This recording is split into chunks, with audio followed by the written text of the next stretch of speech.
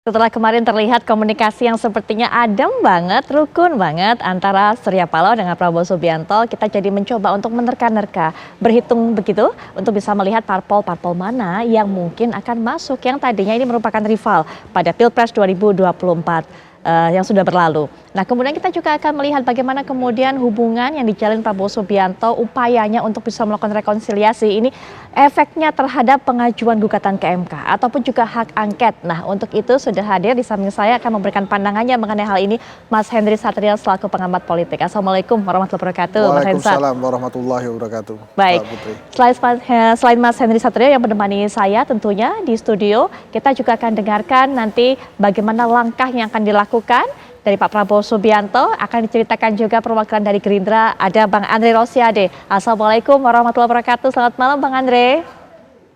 Waalaikumsalam Putri, lalu Bang Hensat, lalu satu lagi siapa nih namanya? Ya, ini ada Bahtiar. Ya, betul sekali. Bang Ismail Bahtiar nanti juga akan bercerita. Apakah PKS kemudian akan tergoda untuk masuk dan juga akhirnya menjadi satu koalisi dengan partai-partai yang lain yang mendukung pasangan Capres-Cawapres 02 kemarin yang sudah disahkan oleh KPU sebagai pemenang Pilpres. Ada Bang Ismail Bahtiar. Assalamualaikum warahmatullahi wabarakatuh. Selamat malam Bang Ismail.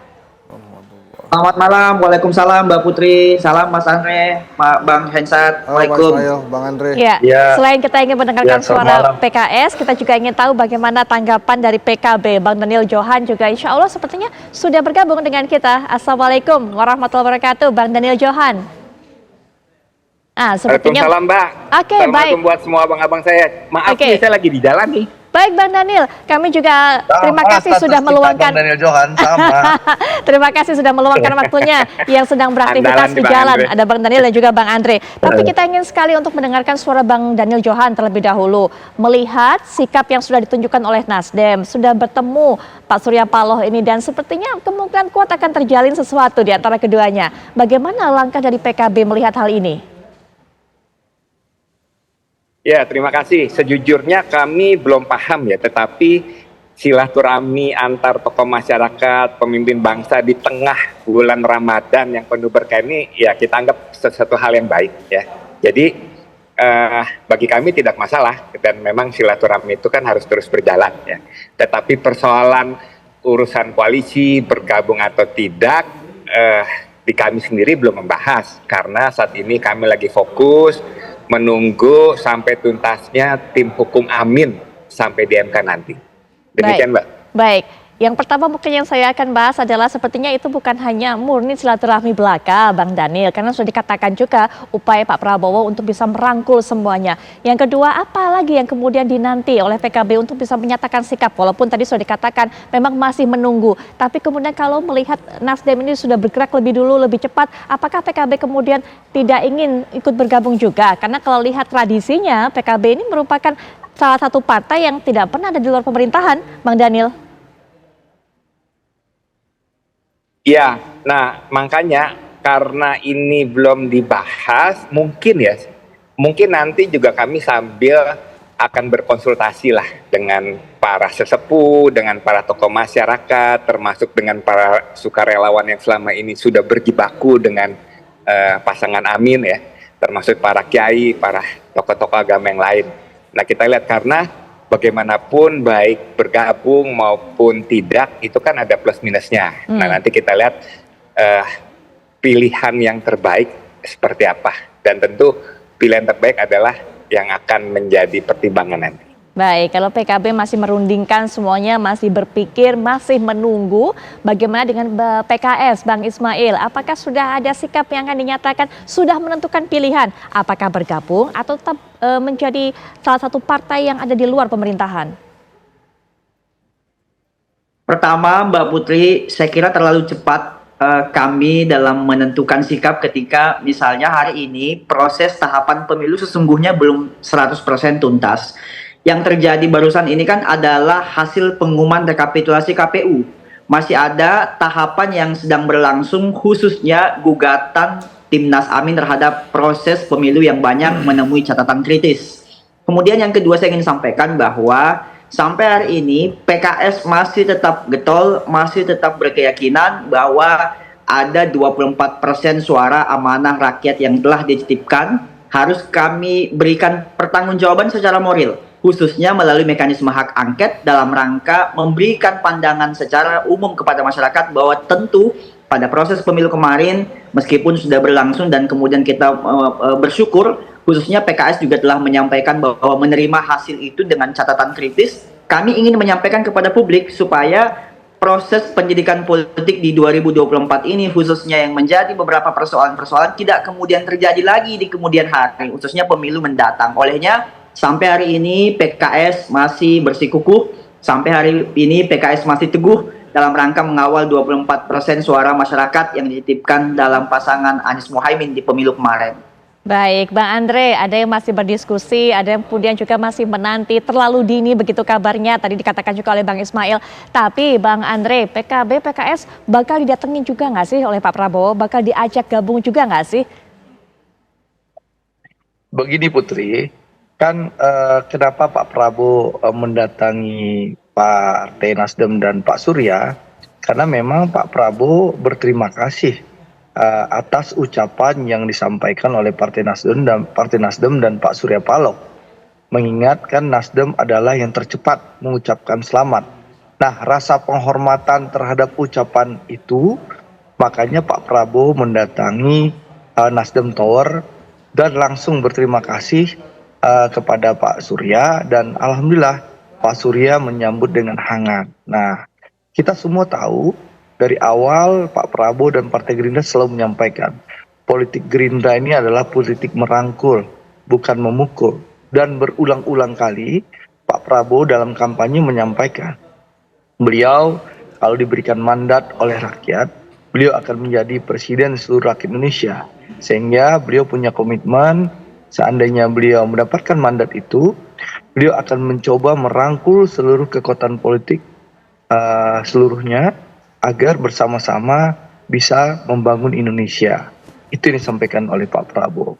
Dan kita semua tahu juga Pak Prabowo berulang-ulang menyampaikan, dan beliau punya keyakinan salah satu syarat negara menjadi negara maju adalah elitnya harus rukun. Dan itu disampaikan oleh Pak Prabowo waktu bertemu dengan Pak Surya Paloh, termasuk dalam konferensi pers setelah pertemuan. Jadi insya Allah kami, Pak Prabowo dan juga Partai Gerindra terbuka untuk berkomunikasi dengan seluruh partai politik yang ada, termasuk tentu dengan teman-teman yang ada di luar koalisi kami. Kemarin Nasdem sudah, insya Allah kita akan ketemu dengan partai-partai yang lain. Inilah komitmen Pak Prabowo, komitmen Partai Gerindra, karena kita ingin politik yang merangkul, bukan memukul. Ya, kita ingin menjadi presiden seluruh rakyat Indonesia. Jadi insya Allah kita tidak punya masalah dengan seluruh partai, dengan seluruh tokoh, tinggal tunggu waktunya.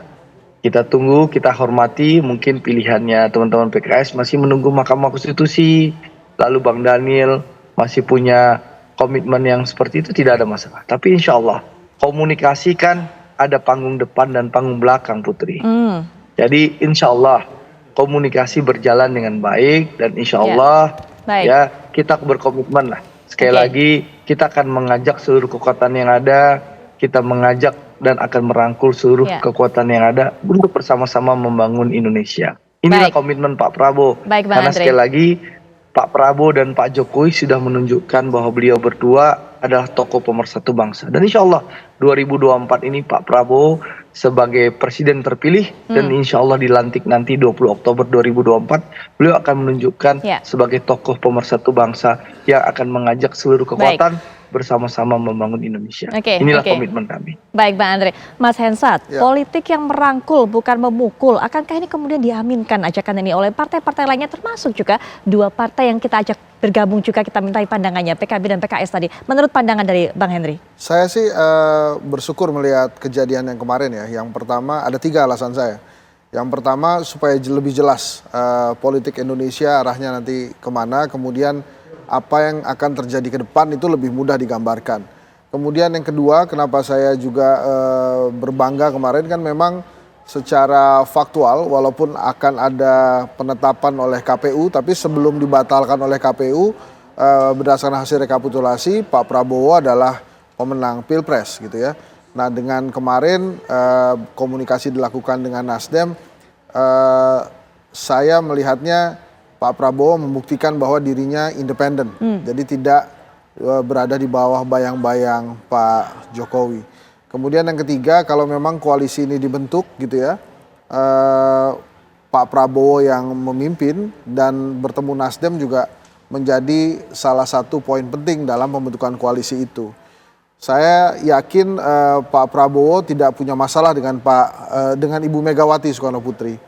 Jadi mungkin dalam waktu dekat mudah-mudahan Prabowo dan Megawati Soekarno Putri juga bisa bertemu sehingga sebagai pemenang Pilpres itu nanti kita lihat bagaimana perjalanan pemerintahan ke depannya. Bahkan satu hal yang saya apresiasi dari Pak Prabowo bahwa beliau juga akan mengunjungi P3.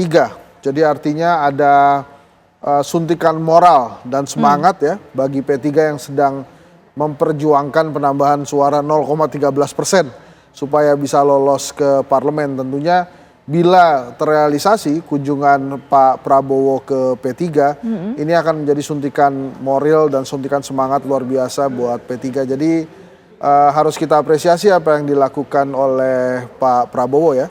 Dan bila benar apa yang dikatakan oleh Bang Andre, merangkul tidak memukul, mudah-mudahan juga masih ada ruang untuk kelompok di luar pemerintahan yang tetap memberikan masukan-masukan kritis kepada pemerintah nantinya kan. Pak Prabowo sempat mengatakan bahwa demokrasi ini melelahkan, berantakan dan mahal gitu ya.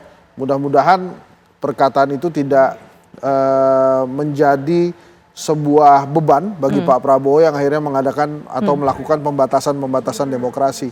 Apa yang dilakukan Pak Prabowo hari ini sangat positif. Dan mudah-mudahan itu tadi doa saya adalah setelah semuanya dirangkul, masih ada ruang untuk kelompok yang memutuskan berada di luar pemerintahan dan tetap memberikan masukan kritis kepada pemerintahan Prabowo nanti. Menurut Bang Henry, apakah partai itu adalah PKS yang tadi Bang Ismail mengatakan masih bersikukuh ada di posisi seperti itu hingga saat ini setidaknya? Ya sangat mungkin PKS atau PDI Perjuangan ya berada di luar kelompok itu, tapi yang saya maksudkan adalah bisa saja kemudian Pak Prabowo bertemu dengan semuanya dan kemudian menghormati posisi setiap partai politik pada saat mereka memutuskan apakah akan di dalam dan di luar. Satu lagi sebetulnya yang menarik dengan pertemuan ini adalah desas-desus adanya koalisi besar, gitu ya, yang dipimpin oleh Pak Jokowi. Nah dengan safari Pak Prabowo hari ini, saya menyambut baiknya dalam rangka desas-desus koalisi besar itu. Semoga tidak terjadi tuh koalisi besarnya. Karena sebentar dikit lagi nih. Karena menurut saya koalisi besar itu hanya cocok untuk partai politik yang butuh bantuan. Bukan partai-partai besar seperti Nasdem, Gerindra, PKB atau PKS. Baik, saya terpaksa tahan sampai di situ. Masalah koalisi besar, karena nanti di segmen berikutnya Ken Ana juga akan menjelaskan mengenai koalisi besar ini, termasuk berbincang juga dengan Bang Henry Satrio, tapi di segmen berikutnya tetaplah bersama kami di Apa Kabar Indonesia Malam Akhir Pekan.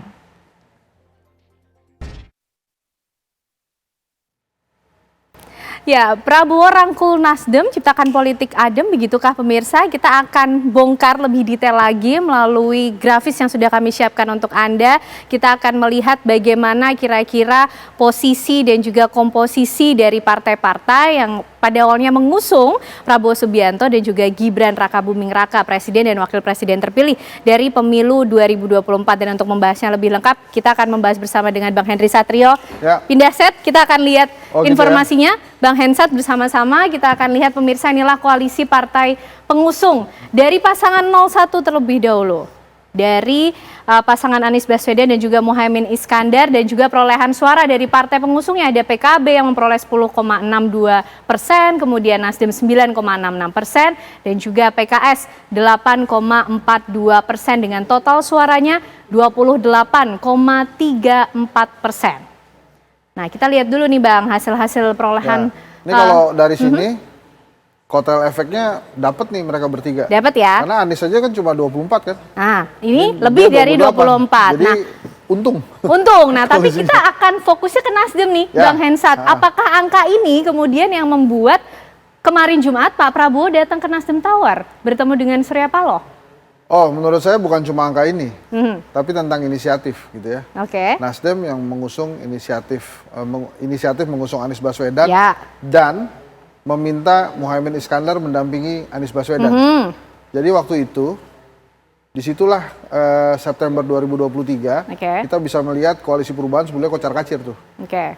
PKS dan Demokrat yang sudah mendatangi Piagam akhirnya seperti tidak signifikan pengaruhnya dalam Pilpres. Karena kalau kita ingat pada saat deklarasi Anies Muhaimin, PKS nggak datang di Surabaya. Karena dua partai ini sebetulnya sudah cukup. Nah, kehadiran Nasdem juga kemarin pertemuan itu karena memang satu, hubungan Pak Surya dengan Pak Prabowo baik-baik saja. Kemudian yang kedua, mereka sudah bekerja sama di koalisinya Pak Jokowi. Dan yang ketiga, tadi sudah disampaikan oleh Bang Andre, Nasdem termasuk yang pertama mengucapkan selamat kepada Pak Prabowo. Jadi artinya diharapkan dengan Nasdem yang berinisiatif pertama kali mengusung Anies Baswedan itu didatangi oleh Pak Prabowo, politik ademnya dapat tuh. Oke, jadi dipegang dulu nih kepalanya yang merangkum semuanya nih, mengumpulkan semuanya nih, Nasdem. Tapi jadi bingung kan Anies Baswedannya mau gimana? Oke, tapi kita lihat dulu informasi lainnya pemirsa untuk Anda, kalau itu tadi dari pasangan 01. Nah, ini dari pasangan presiden dan wakil presiden terpilih. Bagaimana posisi koalisi partai pengusung Prabowo Gibran kalau misalnya ditambahkan dengan suara dari Nasdem, Bang Hensat ya. Kalau kita lihat ini kan ada sebelumnya ada Golkar dengan angka 15,29%, kemudian Gerindra 13,22%, Demokrat memiliki 7,43%, PAN 7,24%. Kalaulah ditambah Nasdem yang tadi angkanya 9,66%, totalnya kan menjadi 52,84%, lebih dari 50%. Nah, ini nanti akan menggambarkan bagaimana pemerintahan Prabowo dan Gibran ke depankah? Ini posisinya di parlemen, di legislatif, dan juga pemerintahan? Bahkan mungkin bisa lebih besar dari ini karena PKB kan juga hubungannya oke-oke aja ya. Terus, maksudnya berarti bisa berpindah juga tuh PKB-nya? Bisa pindah juga, makanya nanti kita dengarkan kalau misalnya nanti Bang Daniel balik lagi, kita tanya juga. Karena walaupun sebetulnya PKB meninggalkan Gerindra, itu kan, atau PKB Caimin meninggalkan Prabowo, itu kan seolah-olah ya, terkadang politik di Indonesia itu yang terlihat tidak seperti yang terlihat gitu ya. Terbukti kan dengan kepindahan itu PKB naik suaranya membumbung tinggi tuh, bahkan ada beberapa daerah yang pecah telur. Daerahnya Bang Andre, Sumatera Barat, untuk kali pertamanya PKB punya kursi. Itu gara-gara PKB mendorong Caimin sebagai wakilnya Anies Baswedan. Dengan adanya Caimin di dalam kertas suara, itu membumbungkan PKB. Dan kita nggak pernah tahu sebetulnya apa sih asal muasalnya kenapa PKB tiba-tiba keluar dan kemudian ketemu Surya Paloh dan mendampingi Anies Baswedan. Kalau itu kan tadi hitung-hitungannya kalaulah ternyata Nasdem bergabung di Prabowo Gibran 52 sekian persen tadi. Kalau tidak, suaranya menjadi 43,18% dari pemerintahan yang akan dipimpin ya oleh Pak Prabowo dan juga Gibran. Tidak menguntungkan tentunya kan? Karena kalau berdasarkan MD3, ketua DPR-nya harusnya PDI Perjuangan. Jadi kalau ini cuma 43, dia nggak cukup kuat di parlemen. Bagus untuk demokrasi di Indonesia karena ada kelompok di luar pemerintahan yang juga kuat, gitu. Check and balance-nya berhasil tuh. Makanya pendekatan-pendekatan yang dilakukan oleh Pak Prabowo itu jadi bagus menurut saya. Apakah kemudian Nasdem memang benar-benar bergabung dengan Pak Prabowo atau tidak, ya kita butuh waktu untuk itu, untuk melihat lagi ya. Nah, ini posisi dari 03, Ganjar Mahfud dengan perolehan suara dari PDIP 16,72%. Berarti gambarannya seperti yang tadi dijelaskan Bang Hensat ya. Kalaulah ternyata kemudian Nasdem ini tidak bergabung, check and balance-nya atau secara demokrasi bisa berjalan lebih baik ya secara negara gitu. Tapi kan Pak Prabowo juga sempat menyampaikan Indonesia atau negara yang maju itu kalau kuat semuanya bergabung, begitu gimana? Ya itu kan harapan ya. Itu Pak Prabowo sebagai pemenang pemilu versi rekapitulasi itu melihat memang ada keinginan buat dia, yang namanya jadi penguasa, jadi presiden, seharusnya memang menginginkan lebih banyak orang di sekitar dia daripada yang berada di luar pemerintahan. Jadi harapan-harapan itu sih boleh-boleh aja gitu ya. Nah, menariknya kan begini, yang harus kita hitung juga adalah variabel Pak Jokowi. Gitu ya. Apakah kemudian Pak Jokowi itu akan berada di dalam koalisi atau memang selesai sebagai presiden ketujuh dengan prestasi yang luar biasa kinclong itu kan. Jadi kalau nggak ada Pak Jokowinya, ini partai bisa saja berkomunikasi dengan Pak Prabowo. Jadi artinya kita mungkin akan menyaksikan another Orde Baru. Jadi artinya semuanya berada di koalisi pemerintahan, tapi bisa memberikan masukan kritis seperti pada saat Pak SBY membentuk sekretariat gabungan. Itu kan Pak SBY waktu itu bikin sekretariat gabungan, ternyata partai-partai yang berada di sekretariat gabungan itu juga punya suara kritis tuh. Seperti misalnya Golkar mewakili suara rakyat, dia bisa kritis tuh kepada Pak SBY waktu itu. Nah, hal itu juga bisa terjadi. Tapi kan, gini, berada di luar pemerintahan, ya, itu rewardnya, ya, baru bisa dinikmati oleh PDI Perjuangan. Jadi PDI Perjuangan 10 tahun berada di luar pemerintahannya Pak SBY, kemudian periode berikutnya menang pemilu 3 kali, dan kemudian kadernya jadi presiden. Itu tidak dialami oleh PKS. Baik. Gitu. Jadi ini masih menjadi pertanyaan, apakah partai-partai yang kemudian sudah dikunjungi oleh Prabowo ataukah nanti yang akan dikunjungi, apa kira-kira yang akan diambil keputusannya? Akan mengambil reward kah setelah kemudian menjadi oposisi atau nanti akan bergabung? Tapi Bang Hensat nanti juga dibahas lebih lengkapnya usai jeda ya. Karena masih akan ada perbincangan yang menarik untuk Anda pemirsa bersama dengan rekan saya Putri Viola. Usai jeda.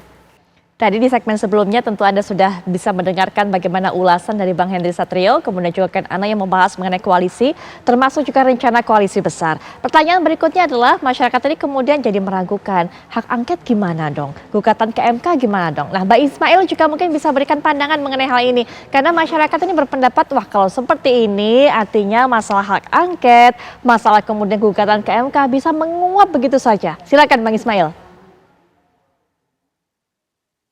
Saya kira bahasan bahwa gugatan Mahkamah Konstitusi dan juga hak angket ini bisa menguap, tentu saja itu sudah jauh, Mbak. Kenapa saya ingin sampaikan seperti itu? Karena sampai saat ini, Nasdem yang kita ketahui memang kemarin baru saja melakukan pertemuan dengan Prabowo, belum ada pun keputusan atau pernyataan resmi bahwa akan bergabung dalam koalisi. Sehingga sampai saat ini Nasdem, PKB, dan PKS masih berkomitmen untuk sama-sama mengawal gugatan yang kita layangkan ke Mahkamah Konstitusi. Yang kedua, khusus untuk hak angket ini Mbak Putri, saya kira memang kalau kita menyadari dan mengikuti prosesnya dari awal, upaya ini kan didorong oleh teman-teman di Koalisi 03, khususnya partai yang mengusung paslon Ganjar Mahfud. Kami tentu saja sebenarnya sampai saat ini masih menunggu ihwal awal bagaimana kemudian proses hak angket ini diinisiasi dan dimulai oleh teman-teman yang ada di paslon 03. Tapi memang kelihatannya belum ada tanda-tanda sehingga PKS sebagai salah satu partai yang sudah bertahan selama kurang lebih 10 tahun beroposisi, jelas membersamai rakyat, mengambil inisiasi bahwa kami akan menjadi partai yang kemudian mengawali upaya hak angket ini dalam rangka memberikan gambaran kepada masyarakat terkait dengan bagaimana pemilu 2024 yang memiliki banyak sekali catatan-catatan kritis. Baik, Bang Ismail sudah mengatakan Bang Daniel PKS ini akan menjadi inisiator soal hak angket. Kalau PKB apakah kemudian masih menantikan langkah PDIP? Bang Daniel? Ya Mbak Putri, kita bukan hanya inisiator, malah anggota kami sudah tanda tangan untuk hak angket. Tinggal menunggu partisipasi dari anggota-anggota lain untuk melengkapi menjadi 25 tanda tangan dari 2 fraksi. Nah, kita sangat terbuka dan sangat menanti ya. Dan saya rasa untuk masalah hak angket sejauh ini kan belum ada perubahan. Artinya kan ini juga sempat dibahas sama sekjen di koalisi 01 gitu kan. Artinya kami tetap memiliki semangat yang sama bahwa hak angket ini semangat dasarnya adalah untuk perbaikan demokrasi ke depan. Baik, nah semangatnya sama juga nggak Bang Daniel untuk bisa mengawal gugatan ke MK ini? Oh iya, bahkan itu kan udah baru jelasin kemarin, bahkan kita sama-sama punya semangat yang sama, bahkan Nasdem pun kan juga mengirim tim hukum gitu. Jadi nggak berubah untuk itu. Baik, Bang Andre, kalau kedua partai yang kita ada bersama kita juga berdialog ini masih kukuh untuk bisa mengawal hal tersebut, termasuk juga mengajukan hak angket. Bang Andre, bagaimana suaranya? Yang jelas, sekali lagi kami menghormati masing-masing pilihan dari partai-partai. Ya, apakah nanti akan bergabung dengan koalisi kami ataupun akan meneruskan hak angket, itu kan masing-masing partai punya independensi masing-masing. Sikap kami tentu menunggu, tapi tentu di luar itu komunikasi politik kan terus dilakukan. Saya dan Bang Daniel Johan ini kan kita sama-sama anggota DPR ya, bahwa komunikasi tentu berjalan dengan baik di parlemen.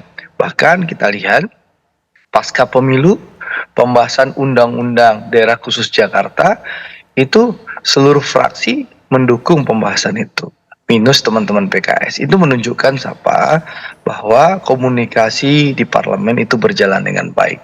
Jadi intinya kita tunggu saja dan kita hormati keputusan masing-masing partai. Yang jelas komitmen Pak Prabowo, beliau ingin merangkul seluruh kekuatan yang ada, dan beliau akan, nih saya garis bawahi, beliau akan berkomunikasi dengan seluruh tokoh dan seluruh partai politik.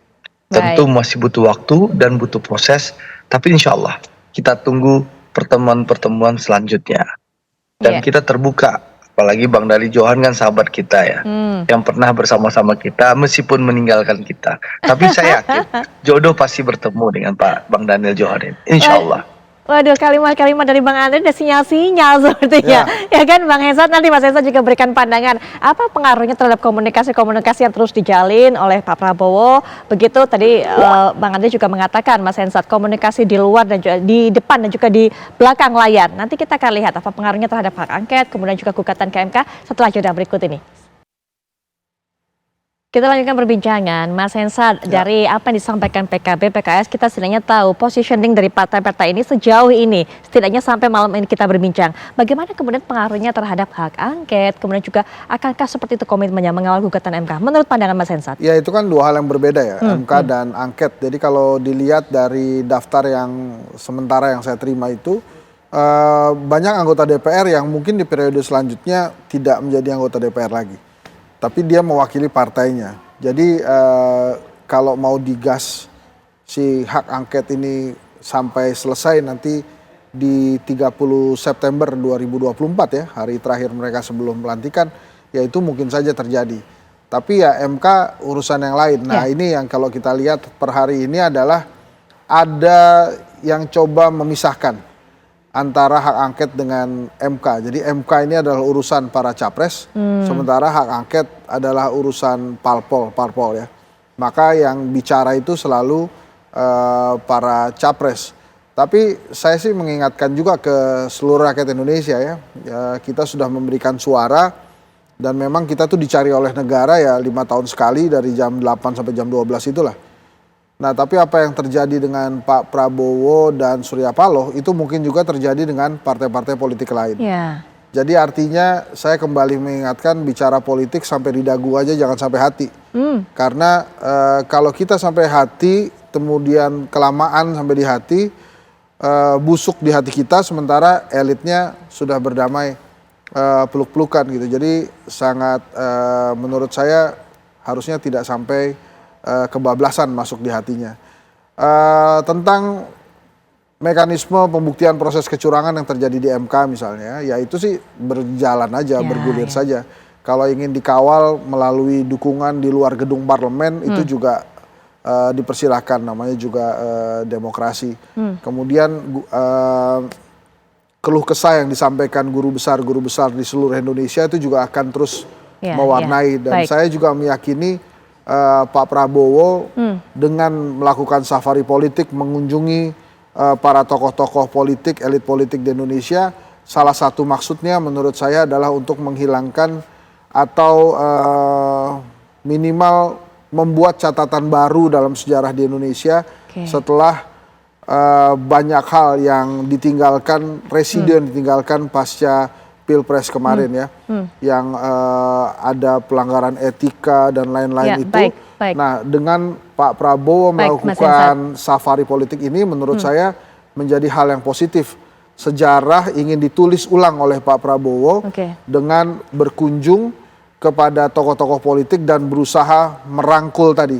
Pesan saya Mbak Putri, mumpung ada Bang Andre, walaupun merangkul, tolong jangan disisakan atau jangan ada ruang yang ditutup semua, tapi Oke. berikan juga ruang untuk masukan-masukan kritis kepada pemerintahan Pak Prabowo nantinya. Baik, Bang Andre, silakan Bang Andre, tanggapannya dari pesan yang disampaikan oleh Mas Hensat tadi.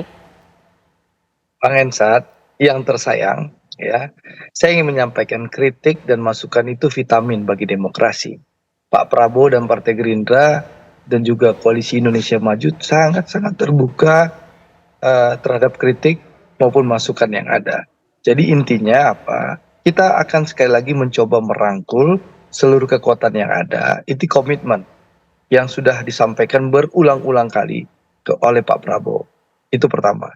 Yang kedua, Pak Prabowo juga punya keyakinan bahwa kalau elitnya rukun, insya Allah negara bisa maju. Itu keyakinan Pak Prabowo. Yang ketiga tentu, ya kita berupaya merangkul, mengajak, tapi sekali lagi keputusan kan ada di masing-masing partai politik. Ya, ada yang mungkin memilih bergabung nantinya, mungkin ada yang memilih di luar, tentu semua kita hormati.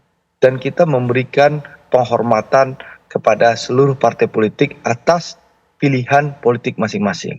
Jadi Bang Ensa tidak usah khawatir, ya Pak Prabowo akan memimpin keberlanjutan dari keberhasilan Pak Jokowi sebelumnya, dan tentu akan membuka ruang bagi teman-teman yang ingin memberikan masukan ataupun kritik kepada pemerintah. Karena sekali lagi Pak Prabowo adalah pemimpin yang percaya terhadap demokrasi, sehingga itu dibuktikan oleh beliau tanpa omon-omon dengan mendirikan partai politik. Ya, jadi beliau sangat percaya demokrasi dan beliau menjadi presiden melalui proses demokrasi. Ya, beliau mengikuti kompetisi sejak 2009, menjadi calon wakil presidennya Bu Mega, calon presiden di 2014, Baik. 2019, Ya. dan terakhir menjadi calon presiden 2024. Baik, Bang Dan Andre. alhamdulillah rakyat memberikan mandat kepada beliau dengan 58%. Ya. Terbesar dalam sejarah dan juga terbesar dalam sejarah dunia sebagai pemimpin Baik. dunia yang paling banyak Ya. dipilih oleh rakyatnya. Baik Bang Jadi Andre. tentu kami menghormati Ya. angka-angka yang 24% tadi disampaikan, tapi tentu kita juga harus menghormati Oke. bahwa mayoritas rakyat Indonesia sudah menentukan pilihan. Baik. Pilihannya ya Pak Prabowo dan Mas Gibran. Baik, kami Ya, harus tapi potong. sekali lagi Bang kami Andre. menghormati Ya. jalur-jalurnya Putri. Baik. Apakah Mahkamah Konstitusi atau hak angket, sekali itu hak masing-masing yang kita Baik. hormati. Ya. Tapi tentu yang dipahami juga, hormati juga mayoritas rakyat yang sudah memilih Pak Prabowo. Kami dapatkan pesannya Kami Bang Andre. membersamai juga yang 58% ini. Itu Ya. loh. Oke, Bang Andre. Ya, nah sisa waktu juga di perbincangan ini saya berikan kesempatan baik Bang Daniel ataupun juga Bang Ismail untuk bisa memberikan pernyataan penutup. Bang Daniel terlebih dahulu, silakan Bang. Ya, terima kasih. Kita aminkan saja pernyataan abang terbaik kita Bang Andre, karena itu poin-poin penting ya untuk memastikan kehidupan demokrasi dan kebangsaan kita itu berjalan dengan baik ya, sehingga suara-suara kritis jangan sampai digebuk. Karena banyak yang mengkhawatirkan hal itu, tetapi kita merasa lega bahwa komitmen kebangsaan, komitmen untuk mendengarkan semua aspirasi itu diberikan ruang. Demikian. Baik, Bang Ismail terakhir juga penutup singkat Bang. Baik, memang tentu saja sebagai calon presiden terpilih yang diumumkan KPU bukan hal yang sulit saya kira Pak Prabowo untuk menjangkau semua pihak, termasuk sekalipun dengan PKS. Saya kira butuh catatan bahwa pernah 2 periode selama 10 tahun PKS membersamai Pak Prabowo, tetapi buat kami ada hal satu yang cukup sulit untuk kami baca sampai hari ini. Menjaga amanah 24% itu bukan hanya sebatas dengan angka suara, tetapi perjuangan, cucuran keringat, dan apa yang telah mereka korbankan. Sehingga buat kami komitmen terus mengawal demokrasi melalui mekanisme MK dan hak angket sebagai bentuk keberpihakan kami dalam rangka membuka seterbuka-terbukanya terhadap proses catatan kritis demokrasi di pemilu 2024 kemarin, Mbak. Baik, terima kasih untuk semua narasumber, Bang Ismail, terima kasih Bang Daniel Johan, terima kasih Bang Andre, terima kasih Mas Hensa juga, terima kasih sudah hadir semuanya, di studio. Putri, Terima kasih. Bang Daniel, Bang Ismail, dan Bang Hensa. Terima kasih Mbak Putri Ya, semuanya. terima kasih Salam. semuanya. Daniel, terima kasih. Assalamualaikum Salam warahmatullahi semua ya. wabarakatuh. Yuk, terima Baik. kasih. Waalaikumsalam. Dan Titip doa, pemirsa, Bang.